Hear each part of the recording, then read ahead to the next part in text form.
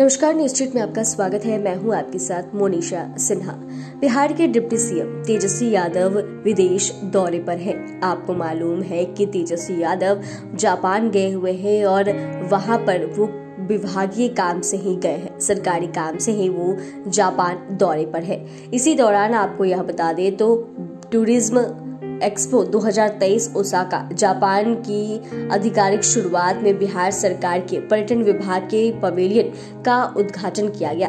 इसके साथ ही उन्होंने अतुल्य भारत यानी कि इनक्रेडिबल इंडिया द्वारा आयोजित प्रेस कॉन्फ्रेंस को भी संबोधित किया।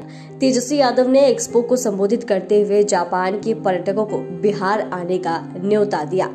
इस दौरान उन्होंने कहा कि जिन ऐतिहासिक स्थलों से गुजरते हुए राजकुमार सिद्धार्थ चले, ध्यान किया और बुद्धत्व का ज्ञान प्राप्त किया, उस बिहार में आप सभी का स्वागत है। यहाँ की सभ्यता और संस्कृति की जड़ें गहरी है। यह कई धर्मों की जन्मस्थली है।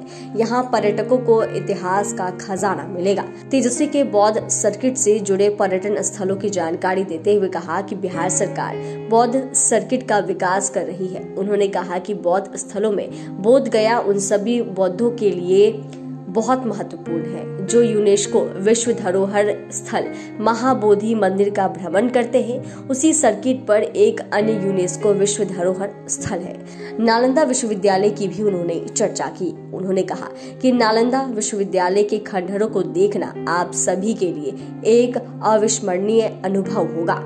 वहीं तेजस्वी यादव ने कहा कि जाटा ट्रैवल शो में इनक्रेडिबल इंडिया और बिहार पवेलियन की संयुक्त रूप से शुरुआत हुई, जहां अगले 4 दिनों तक बिहार के पर्यटन स्थलों की अंतर्राष्ट्रीय ब्रांडिंग होगी। बिहार पवेलियन के जरिए 4 दिनों तक बिहार के पर्यटन स्थलों की ब्रांडिंग होगी। जापान के लोग बिहार के पर्यटन स्थलों के बारे में जानकारी लेंगे और जानकारी लेने के लिए बिहार पवेलियन पहुंच रहे हैं। बिहार के पर्यटन सचिव अभय कुमार सिंह ने बताया कि हमने न केवल धार्मिक पर्यटन स्थलों का बल्कि इसके साथ ही 50 से अधिक बाघों का आवासन स्थली, Valmiki tiger reserve, glass bridge, Rajgir में नेचर सफारी और चिड़ियाघर सफारी, बांका जिले में ओढ़नी बांध और पश्चिमी चंपारण में अमवामन का वाटर स्पोर्ट्स का केंद्र बनाकर पर्यटकों को आकर्षित कर रहे हैं। वहीं पर्यटन सचिव ने आगे बताया कि रोहतास और कैमूर जिले में कई मनोरम झरने हैं जो प्राकृतिक प्रेमियों को आकर्षित करती है।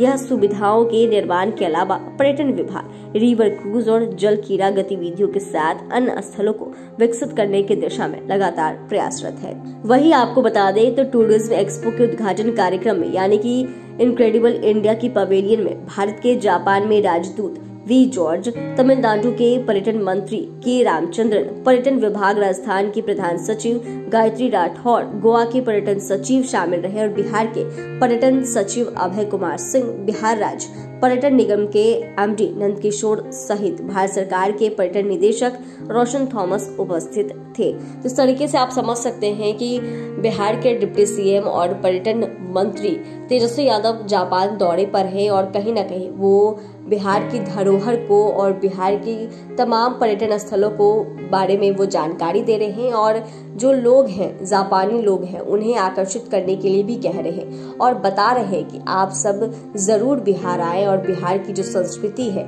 जो धरोहर है, जो ऐतिहासिक स्थल है, उसका आप भ्रमण करें और इन तमाम चीजों को देखें। चैनल को सब्सक्राइब करें, फेसबुक पेज को लाइक करें। धन्यवाद।